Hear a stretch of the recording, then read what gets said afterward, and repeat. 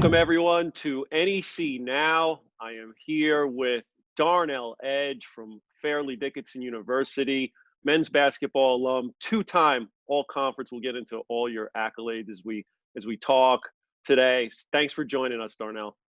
Thank you. Happy to be here. So first of all, where you hold up right now? What's going on? Are you doing okay? Yeah, I'm doing good. Just doing all I can to stay in best shape as possible. I'm back home in New York with my family right now. So I want to focus on your freshman and your senior years. That's when FDU won it all, but we'll touch on everything. But before we get into it, let's set the scene before you even arrived at FDU. Greg Herenda was hired 2 years before you got there in April of 2013. And I think as you were being recruited, you could see the signs that things were starting to build there. In his first 2 years, they had some, you had Sidney Sanders was their best player. You had wins over St. Joe's and Seton Hall and Rutgers. Then in the year before you got there, 2014-15, you had Darian Anderson, Marcus Towns, Earl Potts. It was all their freshman seasons. Lost a ton of close games that year, but you could see the foundation was being built. Right. When Coach Herenda was recruiting you, talk to me about that recruitment and what it is that led you to picking FDU. Actually, FDU was my only offer on the table in general, Division I, Division II. So, I love the New York City area. When I went on my visit, it was, like a real home atmosphere. I felt like I could really fit in there with that program. They had a lot of talent the year I came in as a freshman, and we were able to just build on that over the years. So you arrive at FDU, and your first game that you step foot on the floor is against Villanova, coming off a 33-win season. That is the year they went on to win the national title. You didn't know it at the time, but they had 6 NBA players on that team. Right. What was it like stepping on the foot against Jay Wright and those guys the first time you played college ball?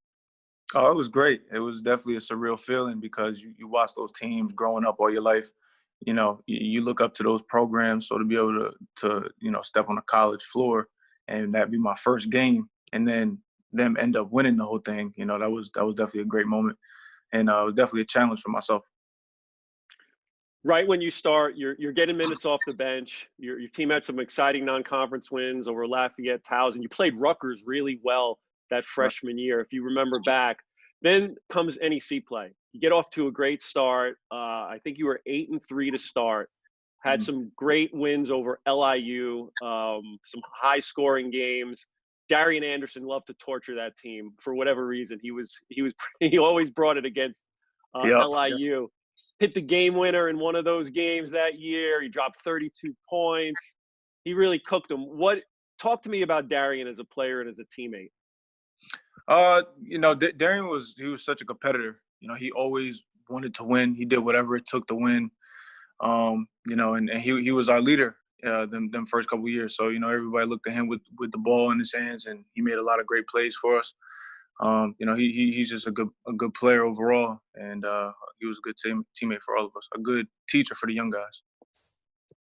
So that season, you started 8-3, slipped a little bit down the stretch, but you still had claim the number 2 seed in the NEC tournament. There was real parity in the NEC your freshman year.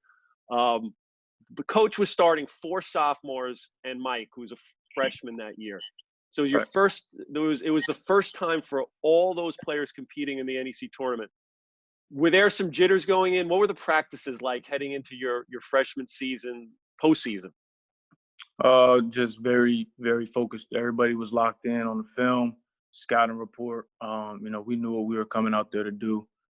We knew we were one of the youngest teams in the country at the time, but that wasn't going to stop us. We knew what we were capable of. So every practice, every meeting we had, everybody was dialed in, locked in. We wanted it together. In the quarterfinals, you played SFU, St. Francis. You'd have a long string of games against them in the postseason during your career.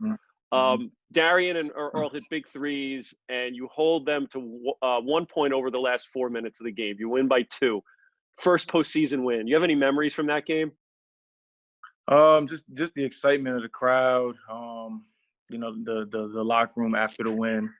Just the energy that everybody brought on the court in the huddle, guys on the bench was, being active. So everybody was in it as a team, even the guys who weren't on the court at the moment. You win that one. Mount St. Mary's Junior Robinson for the next game. Mike has a huge game. He has 19 points, 17 rebounds that game. You win that 80-75. And just like that, freshman year in the championship, you're going to Wagner. It's there for the taking. They thumped you at home that year, but you beat them in their place. And you had a big three in that game. I think it was an overtime game. Mm-hmm. What was your team's confidence level going into that game in Staten Island? The confidence was through the roof. We knew we had to get them back for getting us at home last time. And there's always been that rivalry between us and Wagner, especially early on, freshman, sophomore years. It kind of went throughout my career. But going into that game, we all knew what we were going out there for. Everybody was saying that we weren't leaving that gym without the trophy. So whatever it took to win, that's what we had to do. So everybody came together. We all played well, and we won. So on that championship Tuesday, it's probably, it's kind of what you dream about, playing for a conference championship. What was it like walking into that small gym, packed house, ESPN cameras, when you're in warm-up and intros? What was that like? Oh, it sparks you. It gives you like a big adrenaline boost. You ready to go out there and perform for your team, go out there, represent your school, your family. And it's a televised game, so it's always fun to be out there. That was a really good Wagner team. If you remember, Mike Carey, Corey Henson, Mike Amon, JoJo Cooper, and Dwan Anderson, that was their starters. First media time out of that game, you're down 13-2. Yeah. You're in that huddle. What's coach telling you during that huddle? Just to stay competent, basically just keep trusting what we do. They came out, they had the energy, the home crowd behind them. They threw us their best punch right off the beginning of the game. So we knew we were gonna, come out and battle back, and we were gonna be in a position to win come towards the end of the game. He just wanted us to keep fighting, just lock in on our defensive assignments and trust everything that we've been working on. So you do come back by halftime. You're just down 2 at the half. Second half, Earl Potts goes crazy in that game. Back-to-back threes. Marcus Towns scores 5 straight. Then you're up 10 with 4 minutes to play in that game. You feeling it at this point? What's the feeling like when you kind of know you got it? It's a great feeling, but you see it all the time where it's never over until it's over. So when we were at that point, when we were in huddles, guys were just telling to keep the pressure up because we knew they were going to make a run. It was the championship game, and we just had to sustain all their runs and just keep fighting all the way to the end. So you close the game out, you win it. You're climbing that ladder, cutting the net. Was it everything you dreamed of and more growing up? Absolutely. We dream about playing Division I basketball in general, and then to be in that position where you're able to actually cut down the nets, knowing what your next stop is, the NCAA tournament, is something that you dream about ever since you're a kid. I think people always like to know. So you win the championship, and then you have that period between when you win and you play in the NCAAs. I know you're floating on air at that point, but is it hard to kind of get it to dial it down and get back into practice and focus on what's next? Not as hard. Well, at least for me, honestly, not as hard as people might think. The night that you win, maybe the next day, kind of on a high, but then once everything settles, you look forward to what your next obstacle is and how we can keep pushing and keep our season alive. So I think that's what a lot of guys' mentality on the team was at that time, was what can we do to keep getting better and represent the conference going forward. You draw Florida Gulf Coast, Dunk City in the first 4. Now, yeah. I remember at the time saying, looking at the numbers, that team in no way belonged in an opening round game. They were really good. Yeah. So they beat you pretty good in that game. When it's over, did it give you an idea of what it will take to win at that sort of next level, like what you need to aspire to?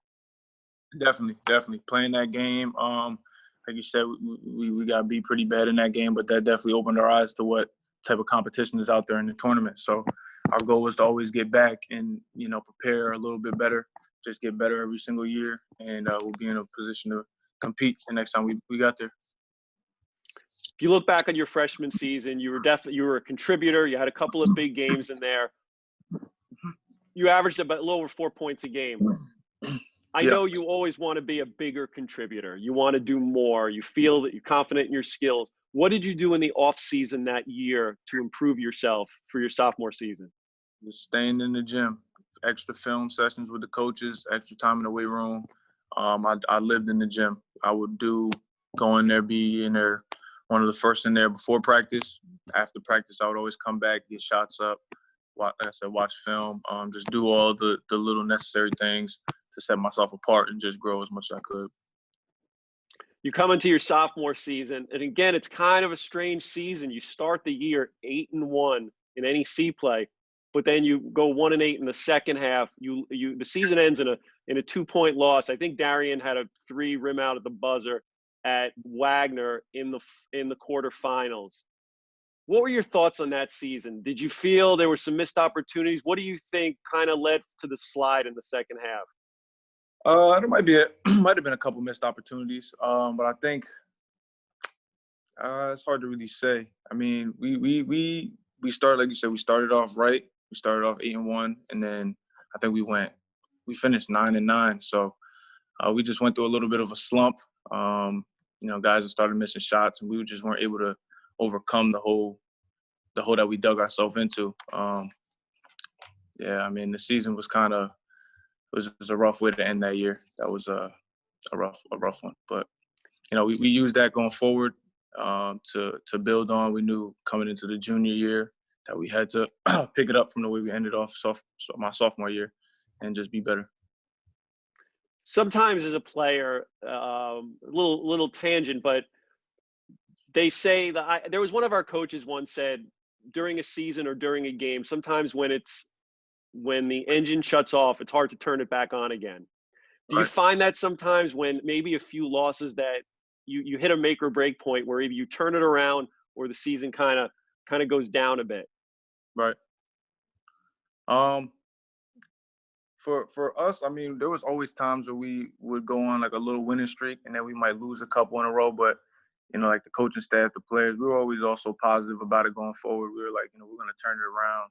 All we need is to get one win, and then we usually got it rolling. So we never let really a couple losses get us too far knocked off track. We always got back on course. That season, you started 16 games that year, averaged 9 points.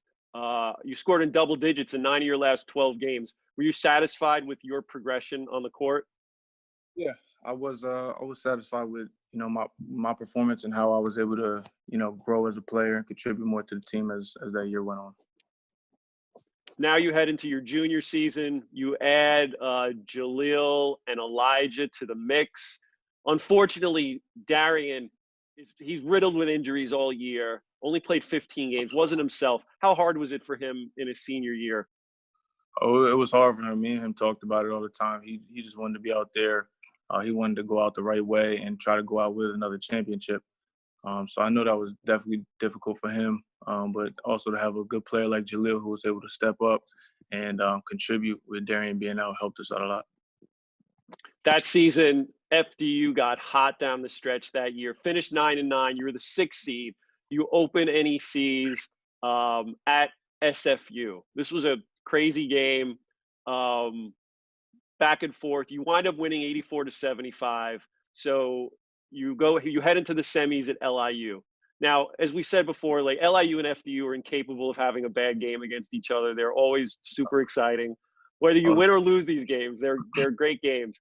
This one was a classic, one of the best NEC games, tournament games that I can remember. Caleb Bishop goes crazy in this game.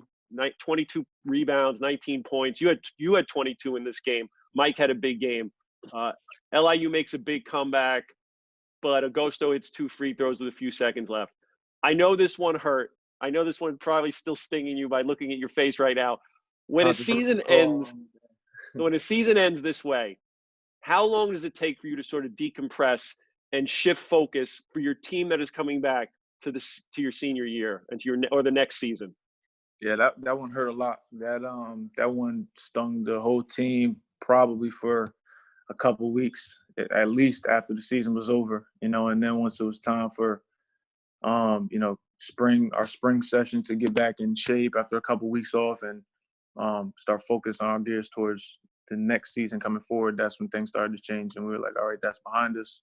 Now we got to focus forward. But that definitely hurt a little while because we thought we had that game won. And, literally came down to the last couple seconds. So it was a rough one. Individually, again, we'll look at you. You led the team in scoring that year. You shot over 94% from free throw range. You led the nation. Was free throw shooting something, did it come natural to you, or did you have to, are you in the gym working on that day in, day out? I was always in the gym working on just shooting in general. So the free throw was always part of my routine, just stepping to the line, shooting with confidence. It's something I've been good at since I was a kid. I did a lot of free throw tournaments around my state where, you compete against other players in the state. So it's always been a thing that I've always liked to have, be good at with my game. So it just all transpired together. And I just stayed in the gym and always worked hard on it. It's such a great weapon to have. I always would say that at the end of an FDU game, if you gave the ball to Jalil or to Darnell, the game was over if you were winning with a minute to go, because they're going to foul you guys and you're not going to miss, because Jalil don't miss either. Mm-hmm. So you head into your senior year. You're bringing almost everyone back. You're adding Xavier Malone-Key to the team now. You're picked second behind SFU in the preseason poll. It's your last ride.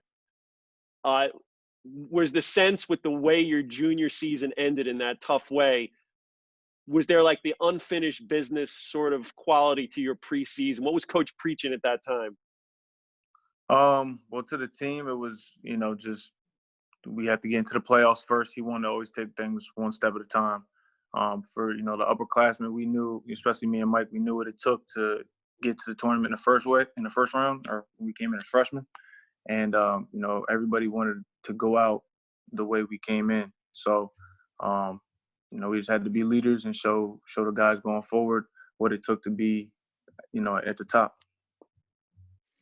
You look at your non-conference season, much improved from your junior year, wins over Princeton Army, St. Pete's. You lose tight games to UMass by a point, real close one against South Florida. Things are looking good. You open league play. You split out at Western PA, including an 18-point win at SFU, which, again, we'll talk more about SFU later.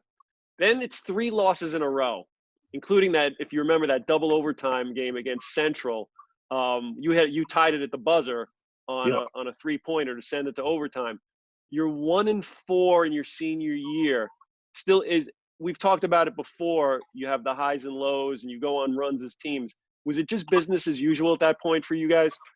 At that point, everybody was kind of bummed out, but we knew there was a couple things going wrong. So we decided to actually gather as a team, no coaches involved, just the players, sit down and talk about some things. And we held each other responsible for the things that we were doing at the time. Just got slacking off in practice, whatever. We just wanted to be the best that we could. And we knew we could turn it around if everybody was on the same page. So we had a meeting for about 30 minutes after the day after we lost our third game in a row. We had a meeting, and then everything from there kind of just turned around. It did turn around. You had 5 straight wins after that. You had another double overtime game, this time a win against Robert Morris. You had 28 in that game. That point was your career high. Did you start to feel as the team got rolling that you were starting to build something special? Absolutely. We knew a couple games after we had that meeting, just everything changed. The dynamics in practice changed. The energy was there. Guys were communicating. Everybody really seemed locked in, and we all knew what we wanted to do. So once we figured that out, everything else just rolled right into place. Go back to SFU again. You beat them out there big. They come to your place on a national TV game and just wipe you guys out in that game. Mm-hmm. Was that sort of in the middle of your streak at that point? Is it a little reality check? I wouldn't. It was we were on such a hot streak at that point, and to lose that game on a national televised game, especially at home, it definitely it hurt a little bit. But we knew it was just a slide. We just weren't we didn't show up to play that day, so we knew we were just gonna regroup and be right back at it the next time. So you did win 5 straight to close out the regular season. You tie St. Francis for the regular season title. You're the 2 seed. Before the tournament started, was there something in your mind where you were thinking this is destined to come down to us and St. Francis for all the marbles? In the back of my head, that's what I wanted, and that's exactly what we ended up having. You know, we wanted to get that revenge game. We knew we wanted to see them in the playoffs, and we wanted to get them back for the game that they had beat us at home previously, because we knew that wasn't the team that we had become. We just didn't come to show up that particular day. So, you know, I'm happy the way things ended up. Quarterfinals, you're home. You dominant win over Wagner. No issues there. Then Robert Morris comes to town. You know, playing them, that's like pulling teeth. It's It's going to be a tough game. RMU up 10 in the second half of that game. Then you take over that game, and you didn't take it over from 3-point range. There was lots of pull-ups, drives. First, I have a couple questions for you on this. How does it feel when you get in a zone like that, when everything is just dropping? It's kind of like a surreal feeling. Everything, you know, every time you shoot, it's just going in. You have, you know, no doubts about what you're doing. It's all just confidence at that point. You're known as a 3-point shooter. You shot 48% as a senior from 3-point range. But how important was the mid-range to your game? I think you're underrated in the fact of what you can do off the dribble. Yeah. Shooting is one of my best qualities. So, but I always wanted to be multi-dimensional. I never wanted to just be very one-dimensional, just where I could just shoot threes. So I always, you know, wanted to switch it up a couple times. Maybe I'll make a 3, then get to the rim, make pull-ups, just show all different weapons I have. So now it's St. Francis. You're headed out to Loretto.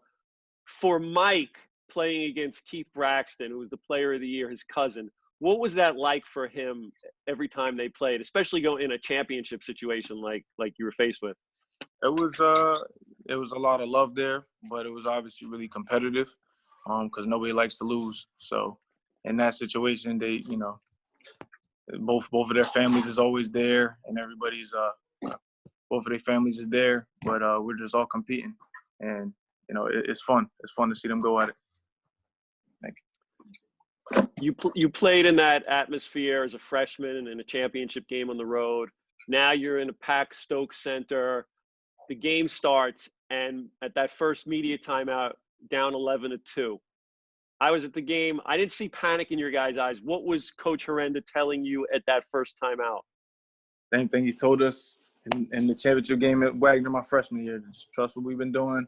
We know the work we put in. We know the scouting reports. It was all just energy in the beginning of the game. They were making shots. When the game started, they had the home court advantage. So we knew that they were gonna cool off, and we were gonna be able to fight back. You took over the game, sort of. Then in the second half, they made their run, and they cut it to 3. If you look at the box score of that game, you see that your starter scored every point in that game and played almost every minute of that game. At that point in the season, in a game like that, is there fatigue? Is there mental fatigue? Or are you so jacked up at that point in a championship game that it doesn't matter to you? Yeah, it didn't matter to us. Everybody was ready to compete. We knew we had to give everything we had to come out with a win in there. So everybody was prepared going into the game to be in the best shape we could be in. When they cut it to 3, Mike had a dunk. You hit 3 free throws. They fouled you taking a 3. Kind of off and running from there. So you do it. You win the title on the road again.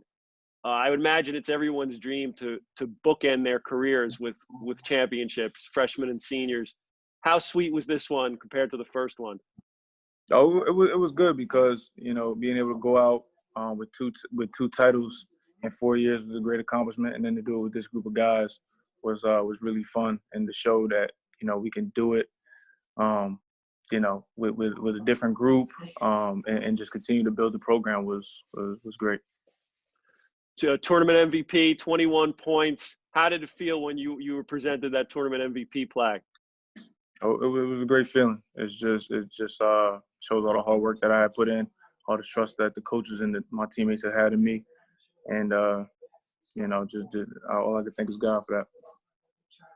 Headed to the first four again. This time, Prairie View, A&M. Much different than the first time you were playing in the first four, but you're down 13 in the second half, and then you and Jalil go crazy.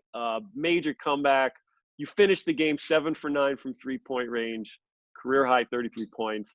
That game ends. What was your phone like when you got back to the locker room and checked it after being on national TV? Yeah, trending.